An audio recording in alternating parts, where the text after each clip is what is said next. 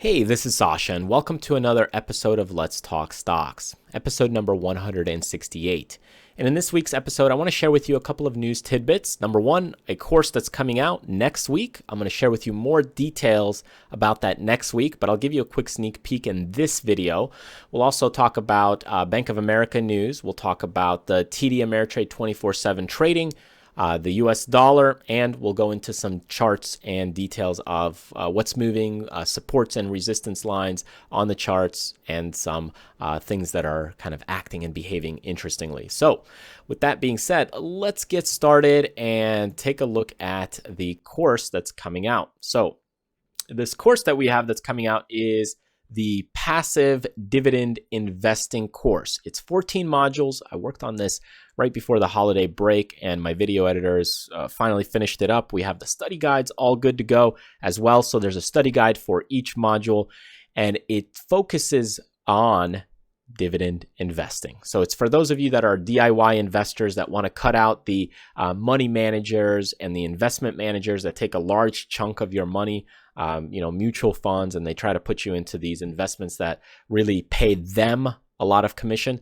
Well, this course focuses for you to build out your own dividend investing portfolio. So if you're more retired, you're looking to get into building your retirement, or you're looking to make money from appreciation and dividends, kind of like a crock pot, set it and manage it lightly system, that's what this course is really about. It's not for the super active traders, but it's for people who are looking to build out a portfolio of dividend paying stocks or ETFs and capitalize on it in the future. So we're going to do a promotion on this for a little bit of time, a couple of weeks. It is 12 hours long, a little more than 12 hours long, and you have a 300-page study guide, and you get those 14 videos that go along with it. So that's what this course is about, and more details on it a little bit later. So that's the first news piece of content. And the next thing I want to share with you is some of the news that's out there economically. So we have regular investors can now trade in the stock market 24 hours a day with TD Ameritrade. And that's for very popular ETFs like the Spiders. I believe they also have like the EEMs, GLD. Here you have FXI. So a lot of ETFs really that are out there.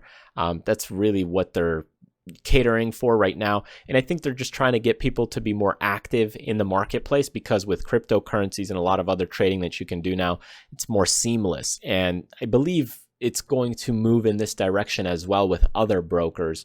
But right now, since TD Ameritrade is quite big, they're making it a little more active and more liquid for these very liquid ETFs. Now, with that being said, the next thing I want to share with you is talking about the Bank of America no free checking. This is kind of a bigger news as far as just economically, something for you to know and understand.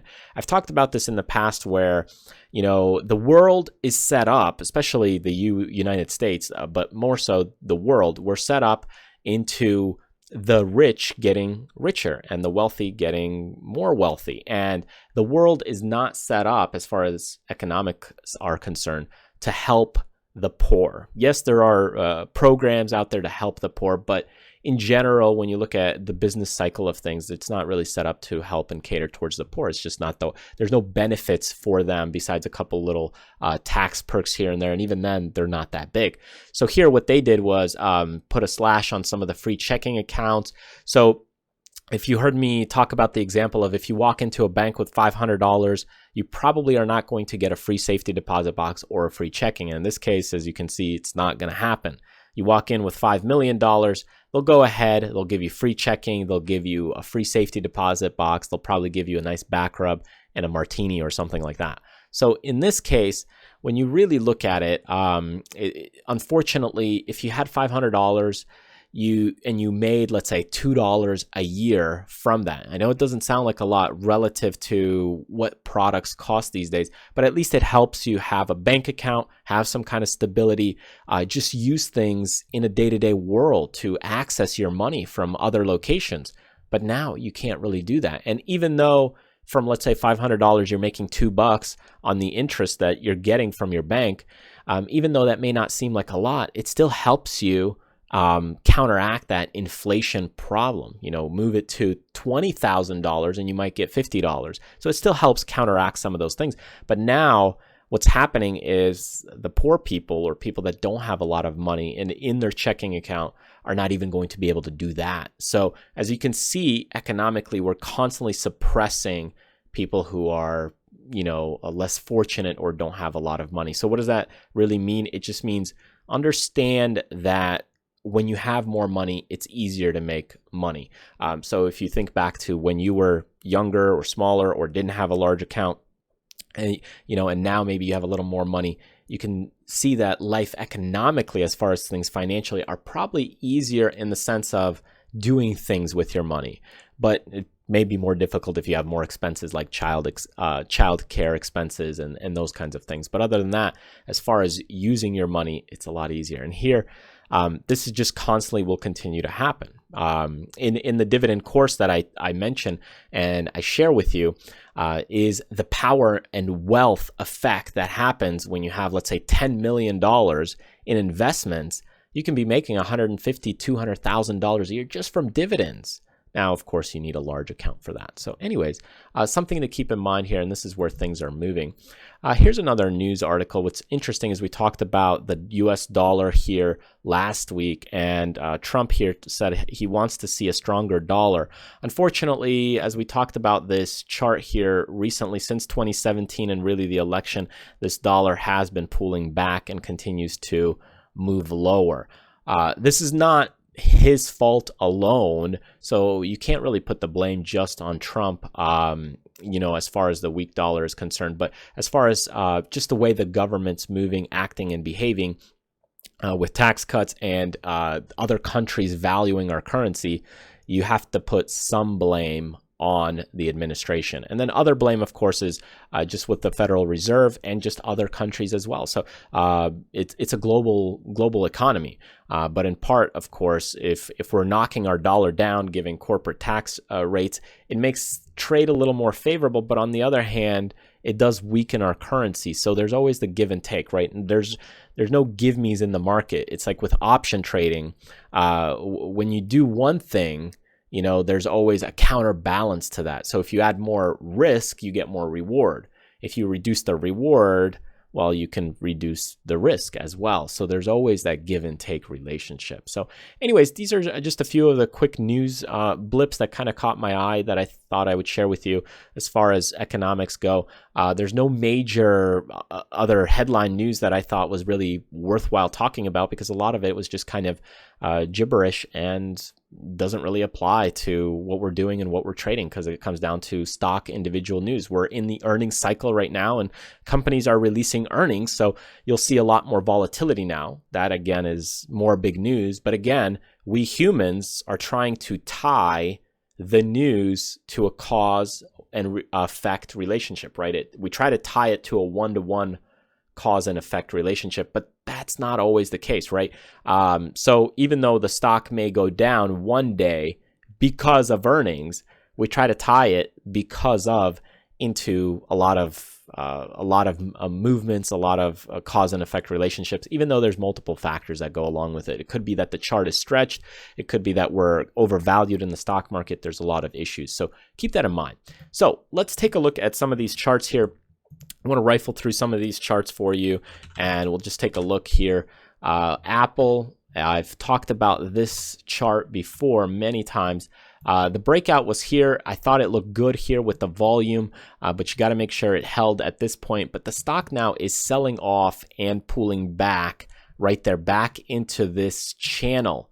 And now that we're back in this channel, if it cannot hold that 170, you'll see much lower prices, and that actually can bring the market even lower.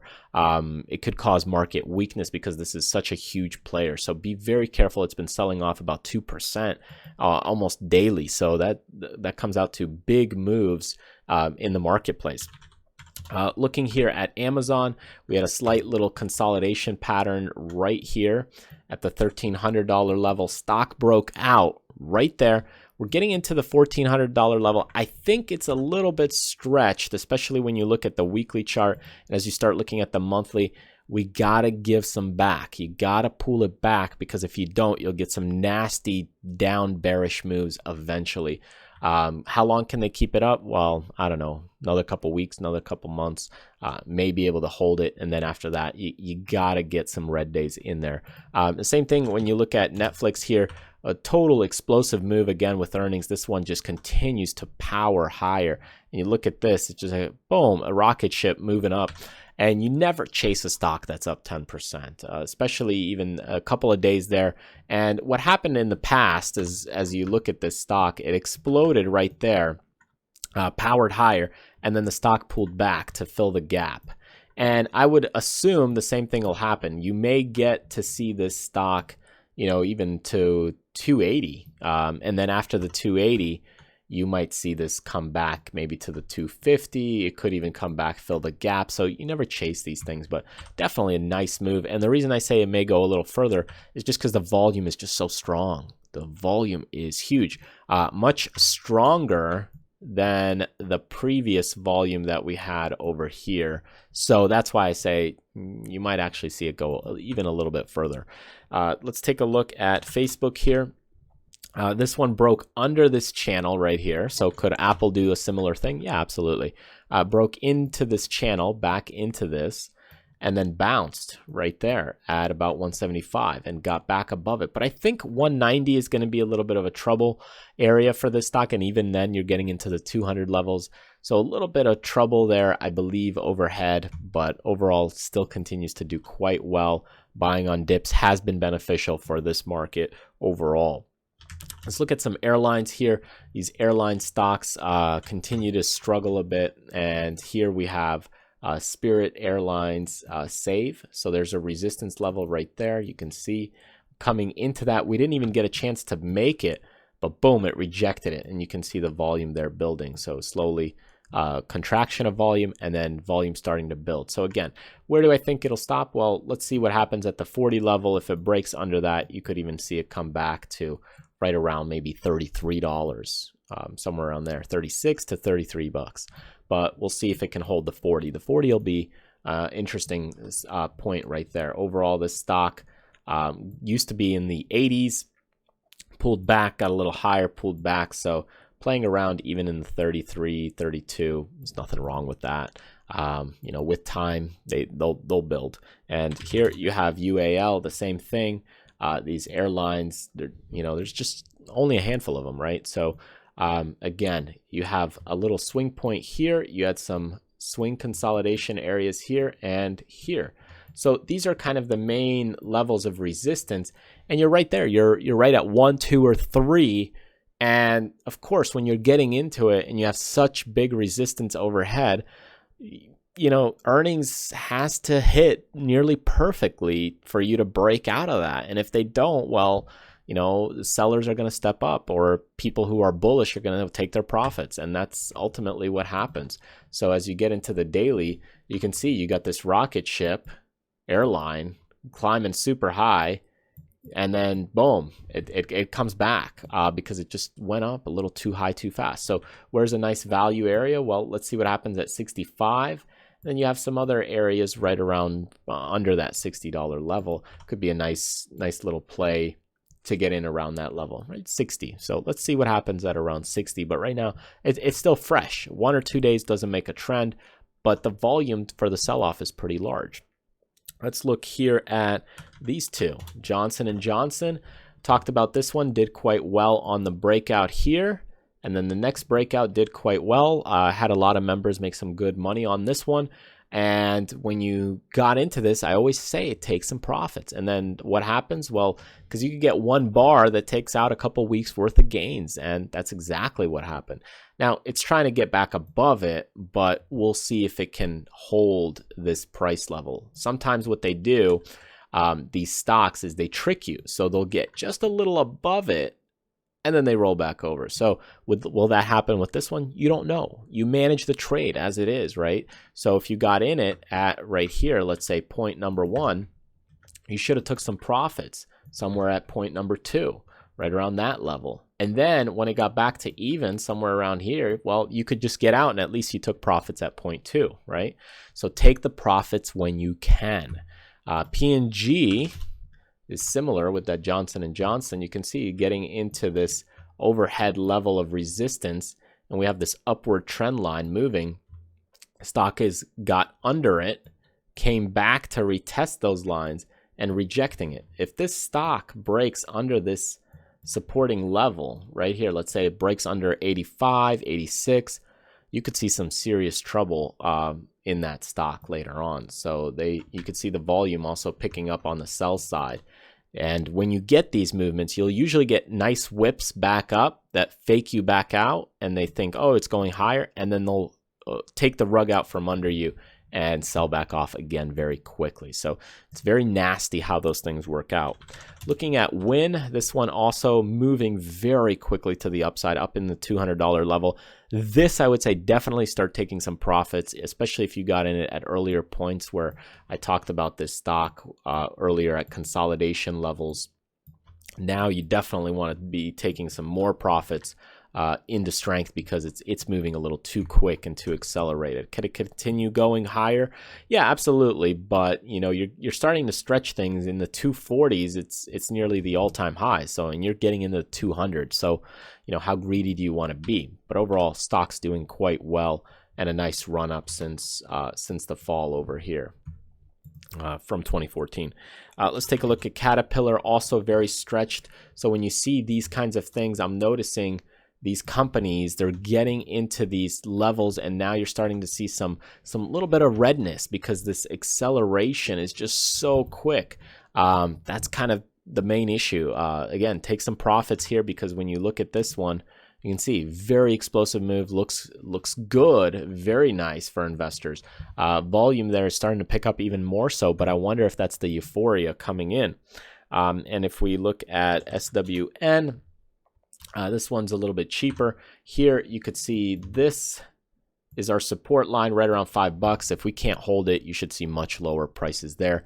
You can see the volume picking up right there to the bearish sell side. Looking at the weekly here, stock is toast, right? When these stocks sell off in a big way, it's tough for them to get back into normal and healthy territories.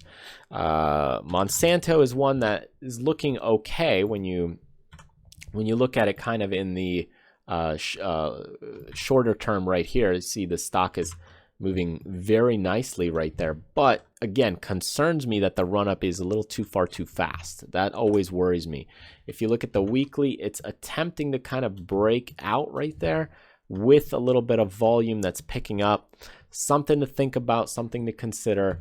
But it's looking like it's trying. It wants to go a little higher. There's the weekly. Here's the monthly. The issue you're going to have here is this resistance area that it's coming into right there. Okay, so it'll come into that very soon. And then that also implies the resistance over in the past over here. So these couple of points are going to be a little bit of trouble. The shorter term, it's looking like it's doing okay.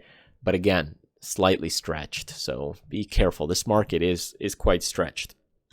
Goldman Sachs also powering higher now when you look at it past all-time highs and continues breaking this resistance level. Boom.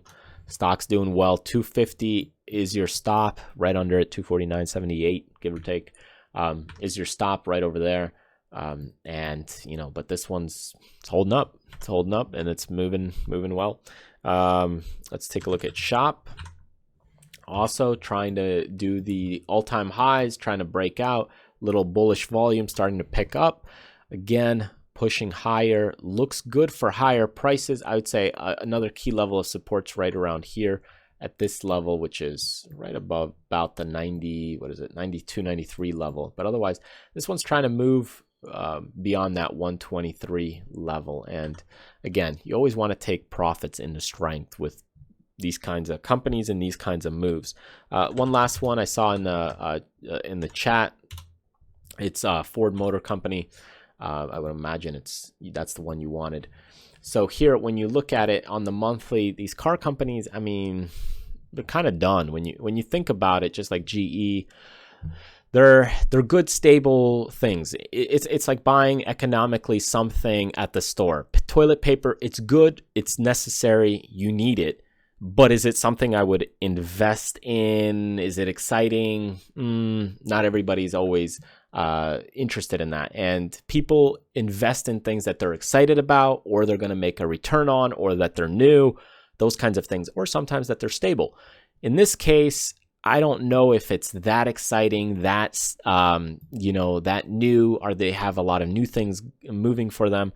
It's tough to turn around a big company that's been around for so long like Ford. Is it stable? Yeah, it's pretty stable, but it also, I wonder if it could be maybe too stable to the point where, just like GE or even GM in the past had trouble, So here, you look at it, I'd say $11 is kind of your line in the sand.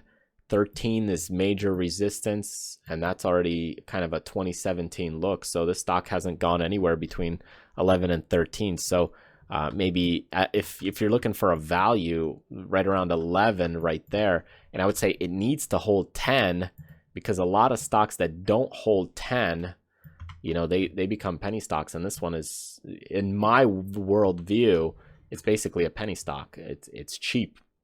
So anything, under like $15, it's pretty cheap. So here is, again, the $10 level, and you can get back into right around the $8, $9 with this company, because you can see the bearish volume starting to kind of pick up a little bit. So I'd stay away. It's not my cup of tea.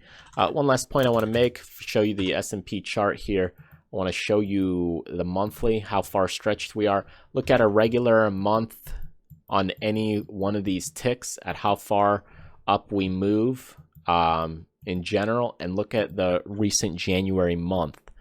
That's something to be careful of. We're moving very high, very quick. It's not normal, and you want to make sure you're taking some profits just to reduce your risk if you haven't already. If you are in a safe, nice, good position, then raise your stops, but always take a little profit, because you don't know when that 1 or 2 days comes out to wipe out a month worth of gains. So in either case, that's just kind of my thoughts and takes on the overall market. Is just be very careful where you are at with your positioning, because we are a bit stretched.